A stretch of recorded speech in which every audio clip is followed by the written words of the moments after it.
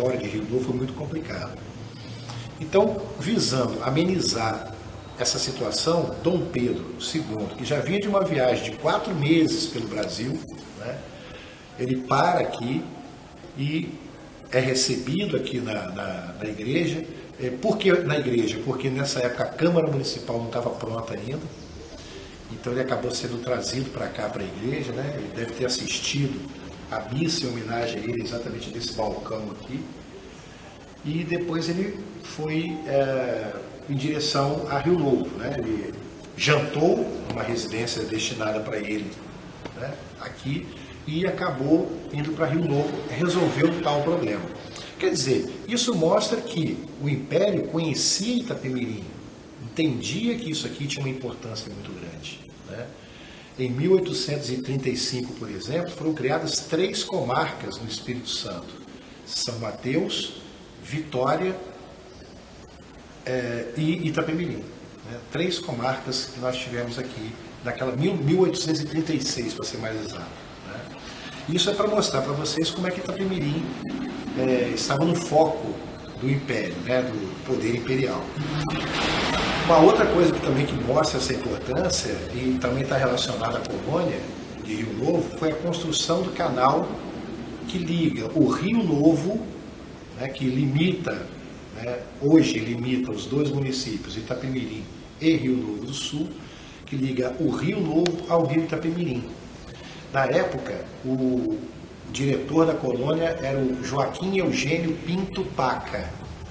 Por isso que esse canal acabou ficando conhecido como Canal do Pinto, né? Ele percorre até hoje, deságua aqui no Rio Itapemirim, num espaço muito bacana, inclusive no Pontal, né? E ele marca também uma importância, né, que Itapemirim tinha em relação a visão que o governo imperial tinha sobre o país, né? Um outro detalhe também que ajuda a gente a compreender essa importância é a Marinha, que até hoje faz manobras aqui. E a gente pensa que a Marinha está aqui há pouco tempo. A gente muitas vezes pensa que nós, a sociedade, está aqui primeiro. Não, ao contrário. A Marinha faz manobras aqui desde 1850. Exatamente por quê? A proximidade, a quantidade de madeira que havia aqui, que poderia ser usada para construção naval, né? O elemento da terra que nós chamamos de turfa, que é uma terra muito misturada com madeira, que serve para combustível para os navios a vapor, por exemplo, para as locomotivas a vapor. Então isso aí vai fazer com que a gente entenda a importância de Itapemirim, né? Um outro detalhe muito importante que a gente não pode lembrar é a formação de grandes elites aqui também, grandes personagens, como foi o caso do Barão de Itapemirim, Joaquim Marcelino da Silva Lima. Ele foi um dos maiores fazendeiros do Espírito Santo, sem dúvida nenhuma, um dos caras mais ricos, um dos personagens mais ricos da nossa história, da história capixaba, durante a sua existência no século XIX. Ele chegou inclusive a ser 8 vezes vice-governador da província. E assumiu essas 8 vezes, por quê? Porque havia um rodízio constante dos governadores ou presidentes, né? Tanto faz assim, governador da província ou presidente da província. Então, não é como é hoje eleito, os governadores são eleitos. Naquela época, o governo imperial é que nomeava. Então, havia um rodízio muito grande. Como ficava vago durante um tempo o cargo, era necessário a presença do vice-presidente, né? Aí o Barão de Itapemirim foi um desses personagens. A visita do Barão, a visita de Dom Pedro, aqui em Itapemirim, inclusive causou uma polêmica que até hoje é discutida aqui na nossa região. O tal Barão de Itapemirim, a pessoa mais rica da nossa área aqui e tal, ele teria morrido de desgosto porque Dom Pedro, ao chegar aqui, ele não foi visitar ninguém especificamente, veio aqui na igreja, foi recebido, homenageado, foi embora para Rio Novo. Então criou-se uma lenda, né, de que por conta disso o barão teria morrido de desgosto, né, que a gente contesta. Por quê? Porque Dom Pedro esteve aqui em fevereiro de 1860. E desde 1859, desde outubro de 1859, já havia sido definido que Dom Pedro não ficaria nem na casa do barão e nem visitaria os inimigos do barão, que era a família Gomes Bittencourt, inclusive família que estava enterrada aqui dentro da igreja, né, no piso da igreja. Durante um tempo foi impossível isso daí. Na verdade, sabendo dessa querela que havia aqui no município, Dom Pedro decidiu, não vou ficar nem nenhum nem no outro, senão eu vou arranjar mais problema do que solucionar, né? Então, por isso que desde outubro de 59, né, meses antes, já ficou definido a casa que Dom Pedro passaria algumas horas e tal, seria recebido, né? É uma casa que, na verdade, pertencia ao membro das duas famílias. Eu acabava ligando os dois grupos, o grupo do Barão e o grupo dos Gomes Bittencourt, né? José Tavares de Brum e Silva. Bom, então é isso aí. Aí ele o Barão Itapemirim morre em dezembro de 1860. Por isso que a gente diz que não tem nada, essa informação não procede, que ele morreu de desgosto. Porque, primeiro, ele já sabia que não ficaria na casa dele. Segundo, ele morreria 10 meses depois, né? Já com 80 anos de idade, que é uma coisa que tem que ser levada em consideração.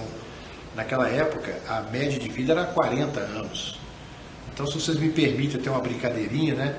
O Barão Itapemirim, naquele momento, seria um Matusalém, né? Já estaria, passou da idade há muito tempo. Então, com a saúde já fragilizada, ele adquire uma doença, né, chamada febre palustre, e aí ele acaba falecendo. Não foi por conta do problema com o Dom Pedro, e sim por conta de saúde mesmo, né?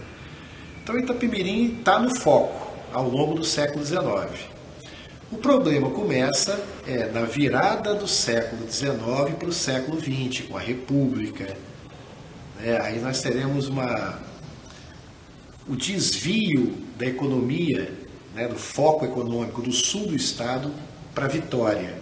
Aí a nossa região aqui começa a enfrentar uma relativa decadência mesmo. Muitos problemas econômicos, excetuando Cachoeiro por conta do café, mas a gente aqui começou a ter problemas econômicos a partir do século XX.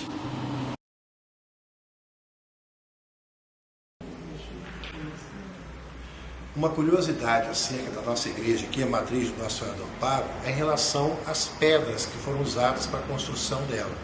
Elas vinham, na verdade, no fundo dos navios, servindo como lastro, né, que é necessário que o navio mantenha o equilíbrio na navegação.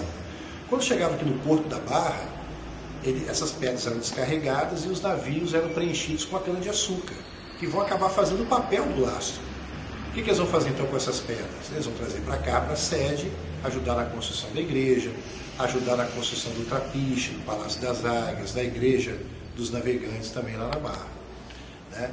E naquela época também não tinha cimento, então não tinha material sílico calcário, cimento. Então, como é que eles faziam a argamassa? Misturando pó de concha, pedras, areia e óleo de baleia. Quando não tinha óleo de baleia, né, durante um tempo foi permitida a caça, depois foi proibida, então eles usavam outros mecanismos, com outros peixes, por exemplo, que forneciam óleo também. E aí foi edificada essa igreja aqui entre 1848 e 1855.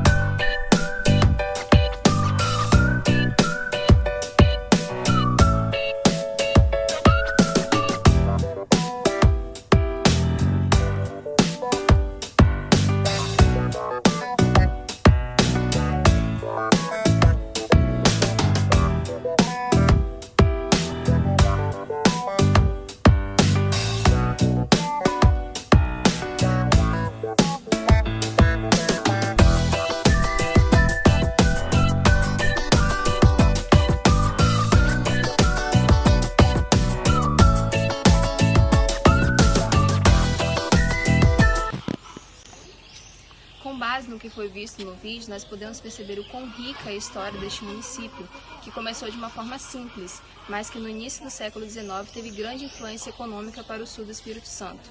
Entretanto, essa é apenas uma pequena parte da grandiosa e bela história de Itapemirim.